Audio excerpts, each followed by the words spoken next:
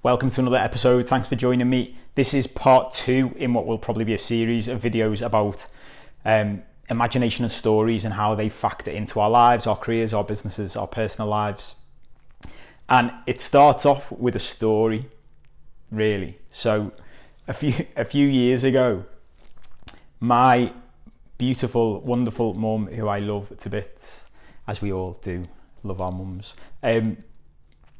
She wasn't on Facebook at the time, and my sister, in her infinite wisdom, decided that it was time for my mum to get a Facebook account. So, in fairness, my mum's in her 70s now, but she's fantastic and bright and has learned how to use the internet, and I think it's incredible what she can do, despite us all taking the piss out of them for not being able to use FaceTime properly. Give them a break. But one day, so she started using Facebook, and one day I'm chatting to her and she said to me, "Have you heard the news about the American national anthem?" And I said, "No." I thought I would, because that's quite big news if there's some news about the American national anthem. What happened? And she said, "They're changing it." And I said, "They're changing the American national anthem? Are you sure?" And she said, "Yeah." And I said, "What are they changing it to?" And she said, "They're changing it to the Benny Hill theme tune." Now, if you're British, as I say that, you will know what I mean straight away. If you're not British and you're watching this is what the Benny Hill theme tune sounds like.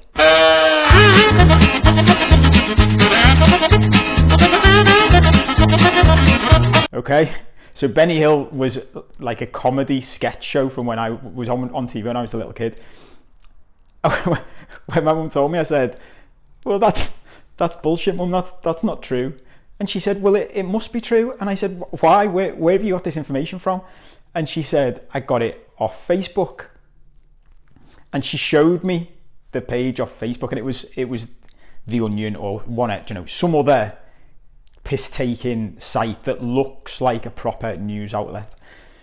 And I just burst out laughing and said to her, it was crazy actually, because I realised I had to show my mum that not everything you read on the internet is true. Which, if I'd have had the foresight back then, which I wish I had in my life, that some people do have, I could have predicted the next 5 years of the world, because that was just a little glimpse into what's happened since, I think. And we all take for granted, and we can laugh at that story, and it is funny, but we all take for granted that we consume all of this stuff, especially online, but everywhere now, newspapers, TV. It's constant. We live in a world of 24/7 news. I've said for a long time, there isn't enough news for it to be reported to us for 24 hours a day, 7 days a week. It just doesn't exist. It just keeps getting churned out. So what that inevitably leads to is there just being loads of crap to fill all this space, because we've got an infinite amount of space and airtime that we need content for, and that leads to loads of stuff being put out there.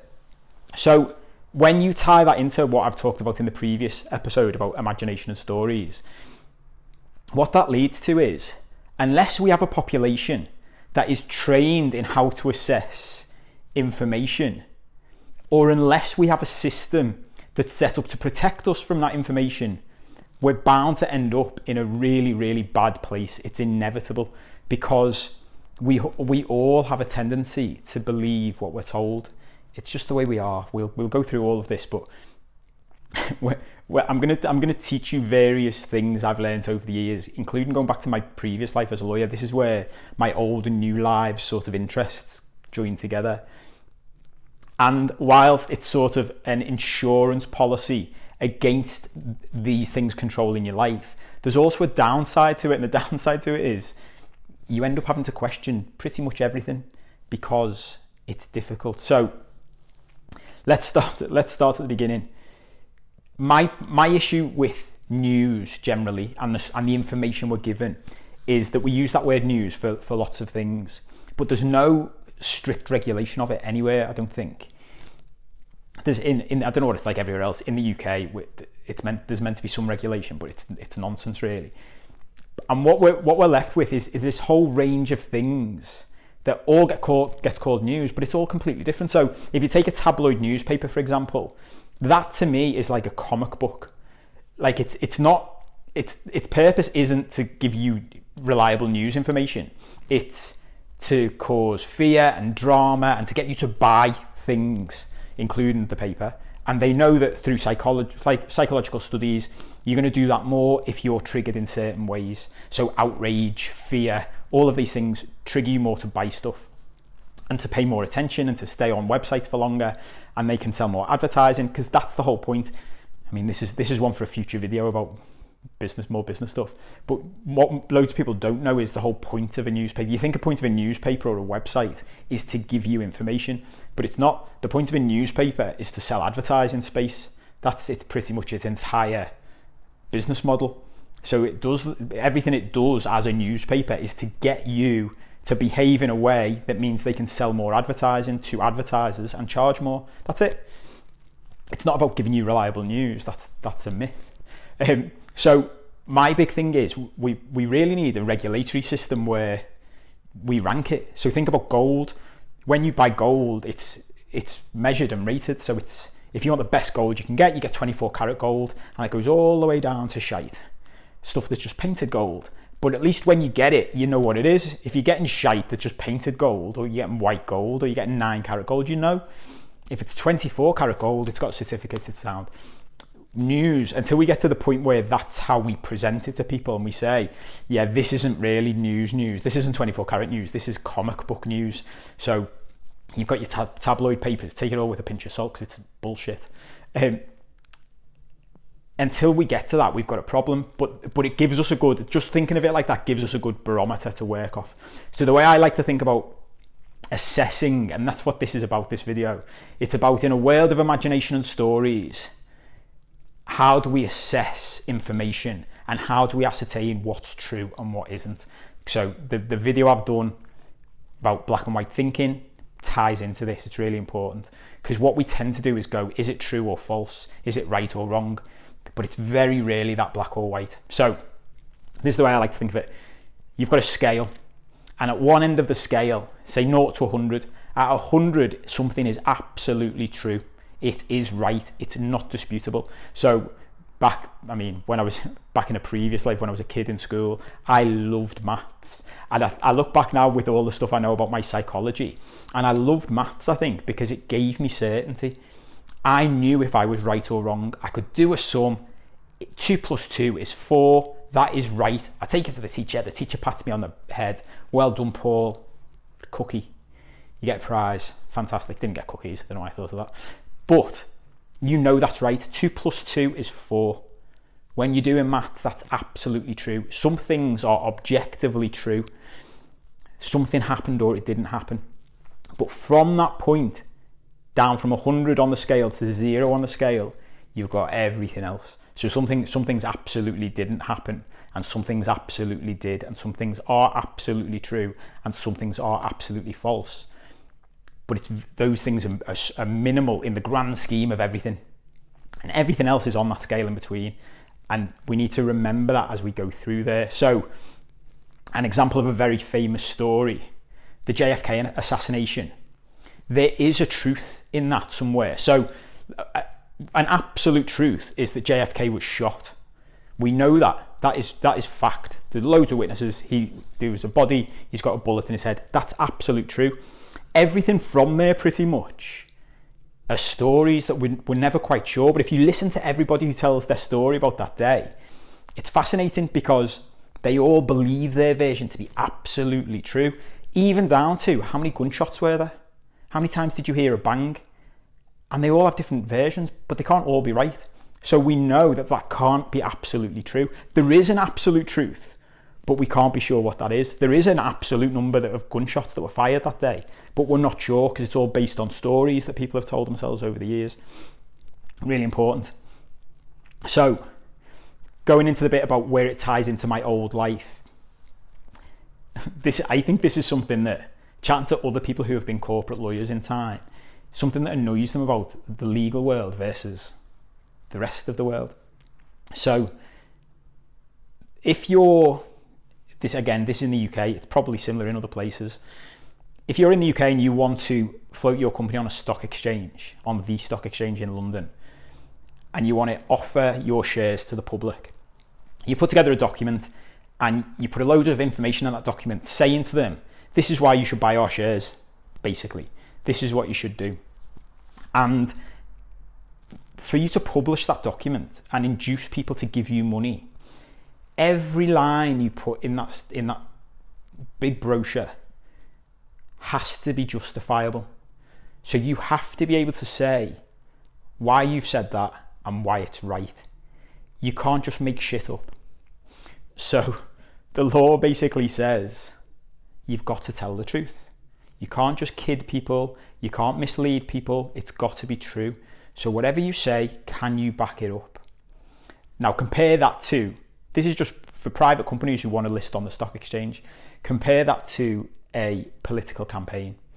If you want to be elected as the prime minister of a country, as the president of a country, you can say whatever you want. It doesn't matter. There's nobody saying pretty much. I mean, there's meant to be rules around this, but we've seen recently in many countries around the world, it doesn't really get enforced that much, especially in the UK. You make promises, you make statements, they can be absolutely false. Or, on that scale, they can be anything less than absolutely true. Well, when you think about it, they should all have to be absolutely true. 2 + 2 is 4. But they're not. They're everything from there and down, and then there's grey areas and we can argue about it. But that's where the stories come in, and that's where we then all put our own meaning on top of things, and it factors into how we see the world. So I should have said at the start of this that what prompted me to want to talk about all of this stuff and at this moment in time and to do it in this order is because obviously we're in the middle. If you're watching this as I'm putting them out, it's March or April 2020. I don't know what date it is, to be honest. I feel like I've been here for about 10 years. We're in the middle of the COVID-19 coronavirus pandemic. Everyone's locked down. And there are, as you always get at these times, conspiracy theories. So I wanted to do a video about conspiracy theories, and I thought I can't just launch straight into it because I'll probably get myself into a lot of trouble, which will be a video that comes up soon. So I wanted to talk about all of this first because we've got to talk about all of this and assessing information and dealing with imagination and stories and all the rest of it before we can talk about conspiracy theories seriously and sensibly. So that's why I wanted to do this now. And the point of this is a confession, and I will talk about this more in the next videos. Because I'd started hearing these conspiracy theories, I thought, well, do you know what? Rather than just keep referencing them as we tend to do, I'm going to look into them. I want to hear them properly. So I went and watched a video with David Icke, a 2.5 hour interview with David Icke, where he explained basically his whole thinking behind the 5G conspiracy theory. And one of the things I thought when I was watching it was, and this goes back to what I've just been talking about news and quality of news and regulation of news and how can we trust it and how do we assess it, is that whenever you have one person or a group of people who believe something going unchallenged and saying something, if they are articulate and bright and well presented, it is unbelievably convincing. So much is so convincing. And as I say, we'll go on to that in another video. So, but where this is, there's a really good example of this is on Netflix. So there are so many documentaries on Netflix, and documentaries are one of the things to be most careful of because they look so convincing. If we see something that's been put together by people who look like they've done loads of research, they look like they know what they're talking about, it's on TV. So all of these things factor into how believable it is in our head. There's no one to say to us, well, what he's just said there's bullshit. So we tend to believe it. And I've seen this loads over the past few years. Loads of stuff. There's loads of documentaries on Netflix about food and health. And they make all kinds of claims. And depending on what you watch, you can go down a rabbit hole. We'll talk about that in a minute as well. Of what you believe, and you listen to these things. So I remember, I don't even know which one it was, but someone recommended it to me a couple of years ago now, probably. And it was about health, and they started making all these claims, and I actually turned off the documentary after half an hour because because of my background, because I've done the law thing and basically, I mean, by the end of these videos, you could probably go on to be a lawyer. It's not that difficult. Loads of being a lawyer is analysing in detail specifically what people are saying. What does a sentence actually say? What did this person actually say? How do we make this thing so that we can state it in a contract and you can't debate what it means? So you've got to do loads of this thinking before you even get into the psychology and the human emotion and behaviour stuff. The legal aspect of analysing language is really, really, really key to all of this. And then there was a book which I'm not 100% sure. I'll look it up and put it on. I think it was called Bad Medicine by Ben Goldacre or something like that I read years ago, and it was about, again, assessing and looking at when you see studies that are published or when you see information that looks believable, how to assess it and think, is this real? And one of the statements that was made in this, I'll always remember this, one of the statements that was made in this documentary I watched was, it was effectively telling you how certain foods were really bad for you. And one of the things they picked on was eggs. And one of the statements they made was, if you think about an egg, and they had several people backing this up in white coats, doctors and things. And they said, if you think about an egg, a chick survives on the yolk of one egg for a year. Or it was some crazy statement like that. And it was presented to the viewer as, so why are we being told to eat as many eggs as we want? Why can we eat eggs 5 a day, 6 a day, when this little chick needs 1 a year? And I straight away thought, a chick's this big. I weigh 11 and a half, 12 stone. I mean, that without any scientific knowledge, I can eat more eggs than a chick can survive on a yolk. And just that one little thing. But if you, even without that check, that sense check, you could go down this rabbit hole of going, oh my God, this is awful, all this stuff we're given. And there's a brilliant example of this. If you can be asked, if you've got loads of time, I'll summarise it if not, but I watched this unfold as it happened, so I'm not sure I'd go back and watch it all now because it's so long. There's a documentary on Netflix called Game Changers, and it's about veganism, basically, and how becoming a vegan is good for you, and it's a really good, polished documentary. Brilliant. And I know loads of people who watched it and straight away were thinking, I'm going to turn into a vegan because it looks so compelling. Loads of celebrities are behind it, loads of celebrities are in it, and it was big news. So then you may have heard of the Joe Rogan podcast and YouTube channel. Loads of good stuff on there, loads of good interviews on Joe Rogan if you've never seen it. And Joe Rogan got a guy on called Chris Kresser, who had been on previous shows, I think. And it was, so if you want to look this up, if you do want to go and do this, go and watch Game Changers, and just as you're watching it, think about how you feel about veganism and the message it's giving you and what you believe. Then go and watch, it's episode 1389 of the Joe Rogan Experience, or listen to the podcast with Chris Kresser, and he debunks the movie. And someone sent it to me and said, watch this. If you've watched Game Changers, watch this. So you watch Game Changers and think this is really believable, presents one side of the argument. Then you watch Chris Kresser on Joe Rogan and he rips it apart. And by the end of that, it's like a 2-hour show, that one, I think. You're thinking, God, that documentary is a pile of shite. How is that possibly on TV? How's it allowed to go on Netflix? Then apparently the producer, one of the producers of Game Changers, contacted Joe Rogan and said, I'm not happy with this. I want to come on your show. So Joe Rogan said, great, come on. And he brought this guy on, James Wilks, with Chris Kresser, who'd done the debunking show, episode 1393.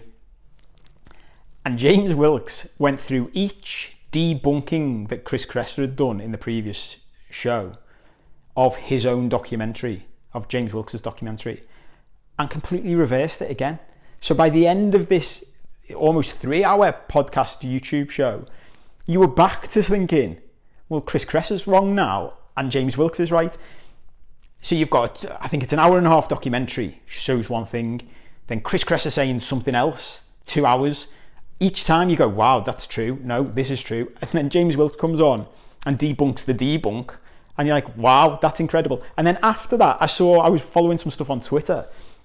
And there was a guy saying, yeah, but in fairness to Chris, James Wilks was using some information to prove Chris wrong that actually he'd got wrong as well, and he doesn't understand it fully about the data he's using and the way he's interpreting it. And I'm an expert in that specific field, so I know that just in that specific thing, he's not right.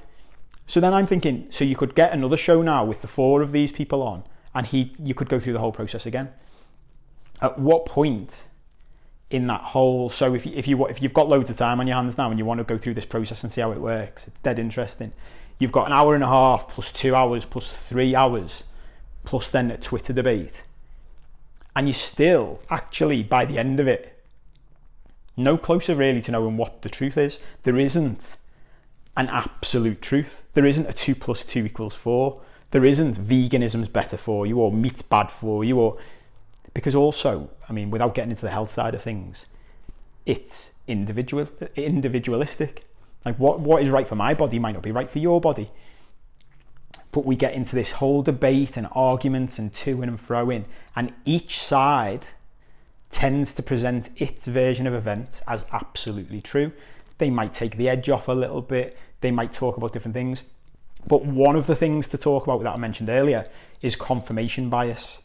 So we are all guilty of this. I mentioned it in an argument with someone a few months ago about football, and I said to him, but your attitude towards this player we were discussing is mainly driven by your confirmation bias. So you're only looking for things that prove what you already think. That's what confirmation bias is. We do it naturally. So we come to an opinion or a conclusion about something, and then it's really, really difficult for our brains to take in stuff that proves us wrong. We have to really make an effort to do it, even once we're aware of it, because we want to feel that we're already right about the thing, whatever it is. So football's a great example, sport's a great example. You have an opinion of a footballer, that's now your opinion. We'll talk about that in a minute as well. That's now your opinion. So when you're watching that footballer play football, your brain filters the performance for the things that support what you already think, and it blocks out the other stuff. And to change your view, you have to physically force yourself to try and be objective, which is really difficult. You have to be able to go, that was good, that was good. I used to say to people years ago when we were arguing about footballers on this topic, we'd almost have to sit down next to each other. So a bit like the Joe Rogan thing, watch a game together and objectively go, was that good, was that bad, tick it off. Force each other to see the other side's opinion. Does that make sense? But this is going on constantly in our lives, throughout our lives. The news is a great example, but this goes through your businesses, through your relationships with employees, through your relationships with work colleagues, relationship with your boss, relationship with your husband, your wife, your partners, your kids, because everything we have built around us is stories. Our stories, things we've created in our imagination, going back to part 1 of these videos. And then whatever we already think, we pile on top of with new information to support what we already think. Confirmation bias. And it's really, really important, if we can, to take a step back from that and think, is this true? So how do I know if this is true? So it goes back to something I've mentioned previously. Ray Dalio, Principles, brilliant book. One of the things that I most remember from that book is we go through life saying to ourselves, I am right. So confirmation bias is, I am right. How can I prove to myself that I'm right? We do this in arguments all the time. I already know I'm right. I'm going to prove myself right, and I'm going to argue about it. But if we can say, well, hang on, how do I know I'm right? How do I know this thing is right? And a really good trick for this that I got from another book, which is maybe my favourite book of all time, which I will talk about more and more as we go on, called Letting Go by David Hawkins, is one of the problems we have is when we're talking about opinions, we call things my opinion. So this is my opinion, and I have ownership of this opinion. That's how it works in our head. I have ownership of this opinion, and therefore what that leads us to is I have to defend it because it's mine. It's my opinion, and I will fight for it. And if we just make one small, tiny adjustment to that, it can change everything. So instead of calling something my opinion, I now try and call it an opinion. Because ultimately, nothing's our opinion, is it? If I think a certain footballer's good or bad, It's not my opinion. I share that opinion with millions of other people. It's not mine. It's an opinion that I buy into. But by removing the link of calling it my opinion, I can then make it easier to change my opinion. See, the language is so important. I can change that opinion because it's not mine. So I can go, oh yeah, okay, I've got this opinion at the moment, but if I get new information, I can change it, because I never actually attached emotion to the opinion. It wasn't mine to begin with. It was just something that floated around. And I can go, oh yeah, okay, I can change that now.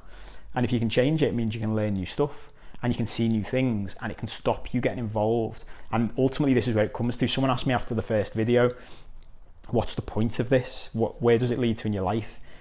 And the point is, loads of the disputes we have in our lives, loads of the issues, the challenges, the arguments are because of all of this that we've been discussing.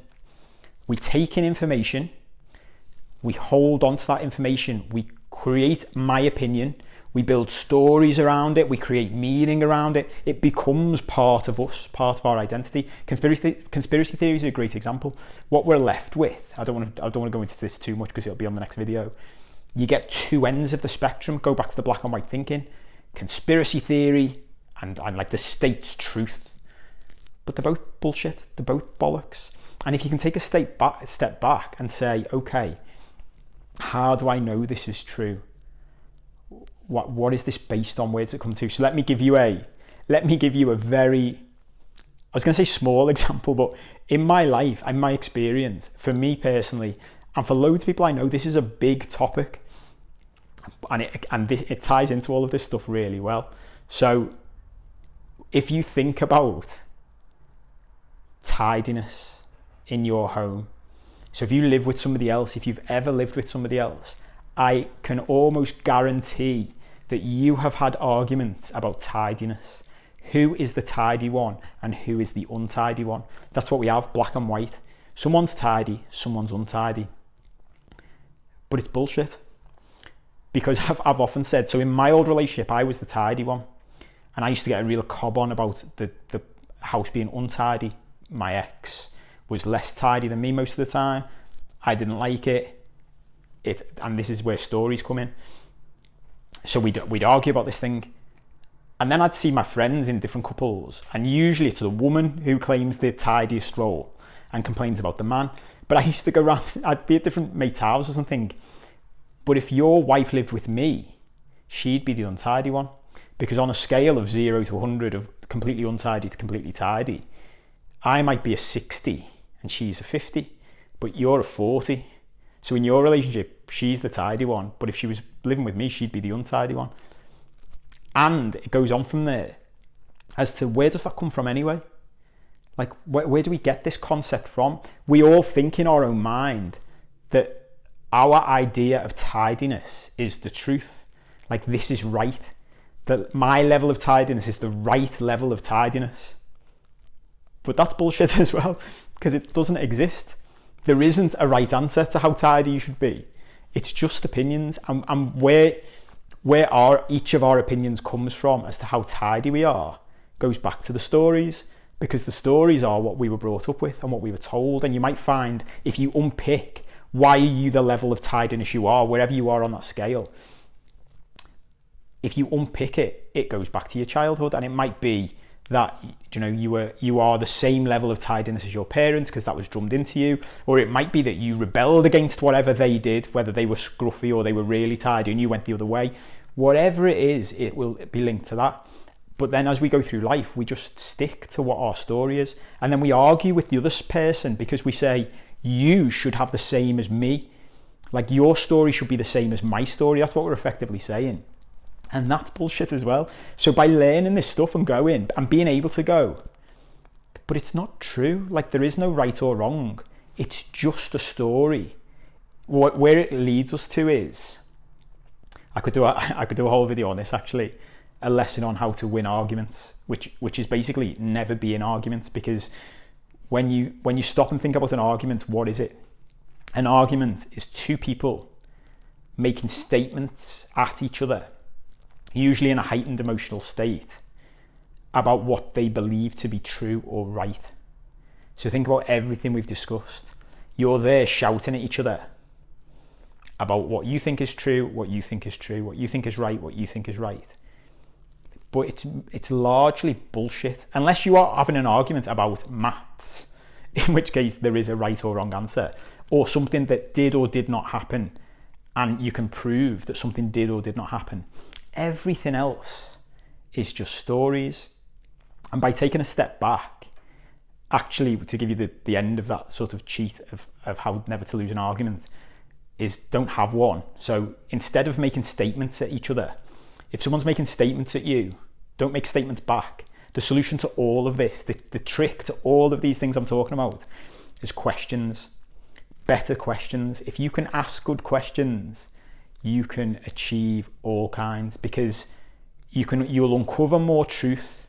You will, if you want to, here's another one. If you want to persuade someone to come round to your way of thinking, and you've got a really good persuasive argument about it, the worst thing you can do is make statements at them, because all you're doing is going up against their own confirmation bias, their opinion. You're going up against the wall.